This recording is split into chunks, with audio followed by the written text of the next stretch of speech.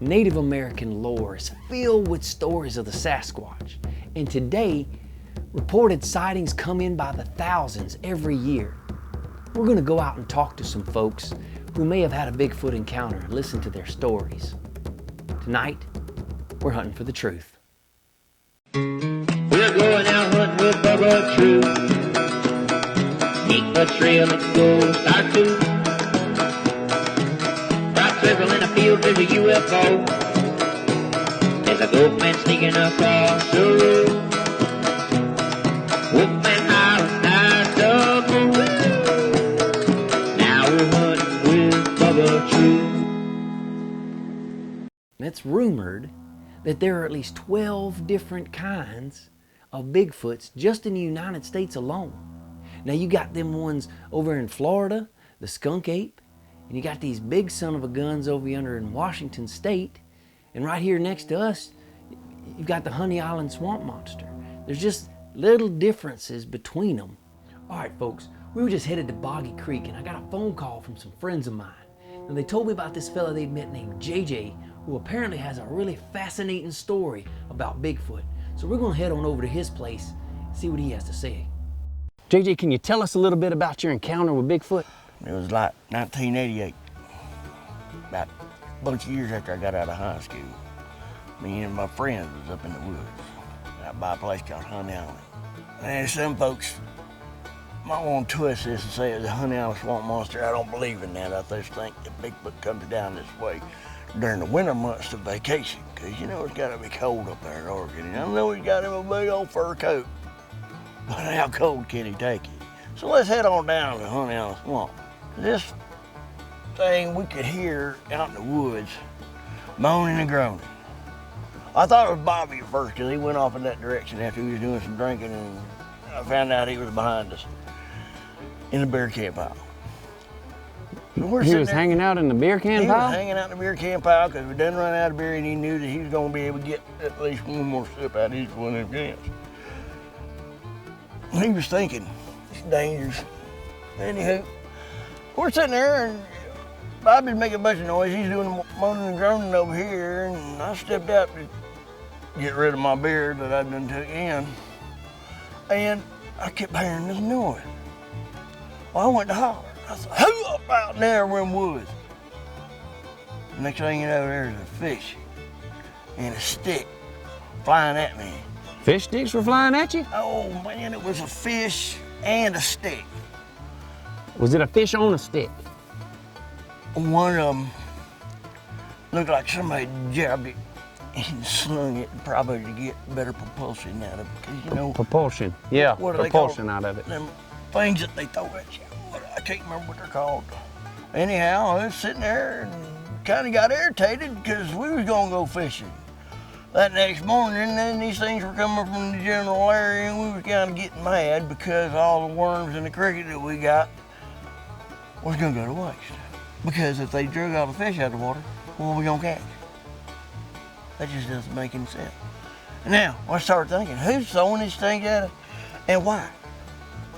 Well, Bobby's sitting over there going, staring off in the woods. He's got him one of them little old pen lights, got a real red thing on it that he uses for blood trails. I still ain't figured out why he had that. I think he had something wrong in his head and he was gonna do something later on. We went and poked it off in there in the dark, and you could see something over there. It looked like a shine of eyes. And I said, that's a raccoon. He said, the raccoon's gotta be in a tree. I said, there's a tree not in between them two. And then the tree just kind of eased off the side.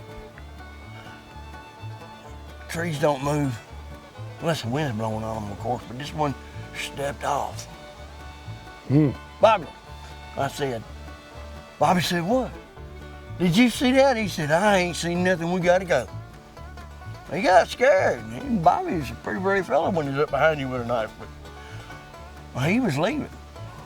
I got stuck out there all by myself for a while.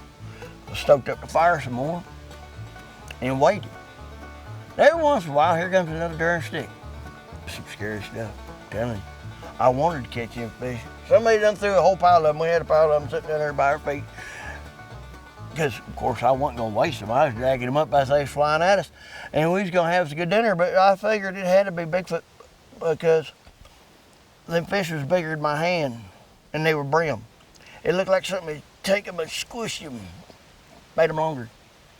Made them longer. Well, the head was up here and the tail was down here, and it's all looked like somebody done squished it. I guess he might have been trying to make Sushi. fish sticks. So Bigfoot likes sushi? I would imagine so. I like her. All right. So that's about it. I mean, he stayed out there for a while. Daylight started coming up. I kept staring at that same spot every few minutes, and I didn't see him come out no more. I don't carry a flashlight out in the woods because I can't afford batteries. And we done spent all our money on beer. Right. You can't drink a battery. No. You can try. Better. Little acidic. All right, JJ, man, I appreciate your time and your effort into all of this. Well, y'all come on out anytime. He's down this time of year, so you might have a good chance of finding him, because I don't think he went back up north just yet. Right on. All right, folks, we're going to move on to the next interview and see if we can't find him another place. Hey, Mom! Now, my extensive research at the top of the Google bar there, I kept getting this autofill for the same fella, Dr. Jimmy. Apparently down here on the coast, he is the foremost expert on everything Sasquatchamo. So, Dr. Jimmy, you're renowned in our area as a Bigfoot expert. Cryptid expert. Critter expert. Cryptid. What can you tell us about the Bigfoots in our area? Well, the Sasquatch in this area has been, that people have claimed to spot recently, I believe, is a, well, the old folklore, my grandfather and all them used to talk about the Honey Island swamp monster, which is a shorter version of the Sasquatch. See, the Sasquatch has been spotted in the northwest, has usually been giant type creature, 8 foot tall type of thing. One of the reason I believe this is for generations this blueberry orchard has been in my family. And as you can see, it's way overgrown. It hasn't been cut out in years. My grandfather planted it. And I believe that they camp out in here sometimes.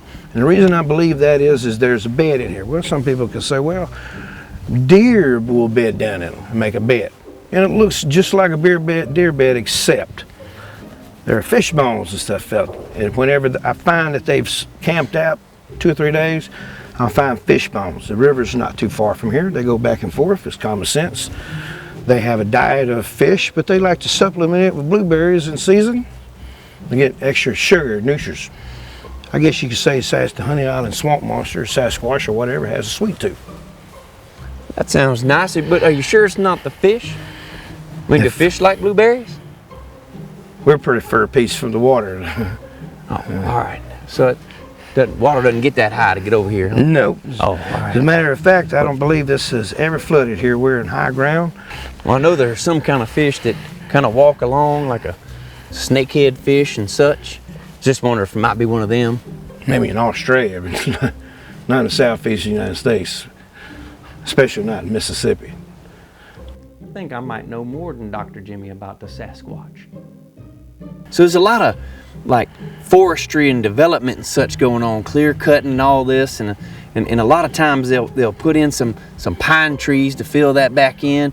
Like, does that help out the Bigfoot, or does it push them back into the woods? Or like, what's their favorite environment that you've experienced? Now, clearing the habitat out, just like any other wild animal, if you want to call it an animal, affects the Sasquatch just like any other, just like a bear.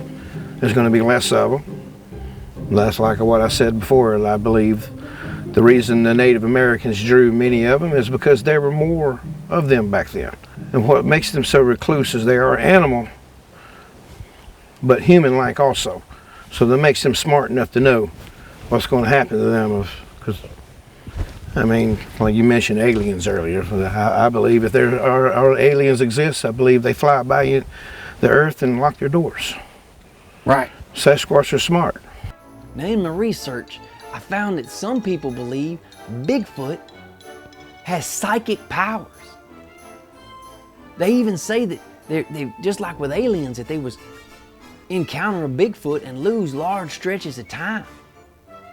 Some folks even said they woke up with their clothes off, running around like they was crazy. Might be a pretty good Saturday night, I don't know, but For some folks, anyhow. Definitely for Sushi, I think she'd like it. Dang it, I love them. Local country stores. It's the best place in a community like this to go to get all of your information on folklore. Let's go in here and talk to some of these folks. When you're looking for Bigfoot witnesses, the first thing you got to look for is that they're credible and reliable and upstanding folks in their community and whatnot. The next thing you're looking for is that they're passionate about their story. That means they had an emotional response to their encounter. And the last thing, well, they got to be good looking. Otherwise, it just ain't gonna look right on TV. You don't want. You just want somebody that looks right on TV. That's all. All right, it's just like I told you, the country store's a gold mine. I found my buddy Phil in there, and he's got a story about Bigfoot. Phil? Well, I got 2 stories. 2 stories. Seen him twice, actually. Wow. Or the same one. Well, which one happened first? Oh, well, one time I was a little kid. I was playing outside my grandma's backyard. I heard something over by the windowsill where she cools her pies off. She set a blueberry pie up in the windowsill. They cool off after she cooked it, and then we all dive in later. Well, I look over there, and it wasn't the hairiest thing I've seen in all my life. 7 foot tall. It looked like my Uncle Wayne with his shirt off. Are you sure it wasn't your Uncle Wayne? I'm positive though, they had different haircuts, you know what I mean? But anyway. Bigfoot got a haircut? Well, he didn't. My Uncle Wayne does. Oh, yeah. All right. I was getting a little confused on that one. Yeah, my bad. That's all right. Anyway, he grabs the pie. Before I know it, he's done hit the wood line, and it's like he vaporized. Wow. Did you give chase? No. You didn't chase him down? I couldn't have caught him. I mean, you just seen how fast he hit the wood line. It was. I mean, you just trying to take it all in. Did I see what I think I saw? Yes. Were you stunned? Yeah, a lot. That's what I'm saying. Bigfoot stole a blueberry pie? There might be something to this blueberry stuff. Well, now tell me about the second one. Okay, well, the second one, I was going to my favorite old fishing hole. I gotta go travel through the woods a little bit. No problem. I smell something. Get to looking around like, well, that's just the most god-awful smell. I'm standing around. I'm looking down on the ground too, because you don't want to walk up on a snake in the woods, you know. And before I know it, I see what 2 feet and knees bent down on the ground. It was like this. And I look up, and there's Bigfoot right there. And he was taking a poop. Man. Going number 2 right there in God's backyard, you know. Dang. Anyway, I think we both scared each other because we both turned around after that. Right. Do you know if he buried it when he got done? No, he just picked it up and took it with him. Picked it up and took it with him? Yeah. Dang, that's dedication to not... I mean, I've heard in the past that we just had an expert tell us some things, and he said they bury it, but man, no. I mean, if he ain't gonna leave it there, he's gonna take it with him. Maybe he's gonna. That's environmentally conscious. I mean, hey, they are green. As you can see, the sun's starting to go down, and we really got to get back to Dr. Jimmy's so we can start our Bigfoot hunt.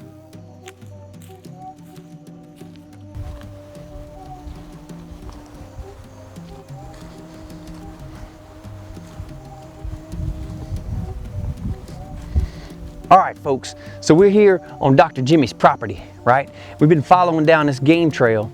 We're gonna go a little further down where we can go deeper into the woods, looking for signs of life, wildlife and such, like things from coyotes or prints or things broken off of trees like this. Signs that Bigfoot's been in the area. Now he's told us he's heard some sounds coming from down this way and seen signs of life. We're gonna go try to pick up on some of those trails and figure out where we can kind of hunker down for the night.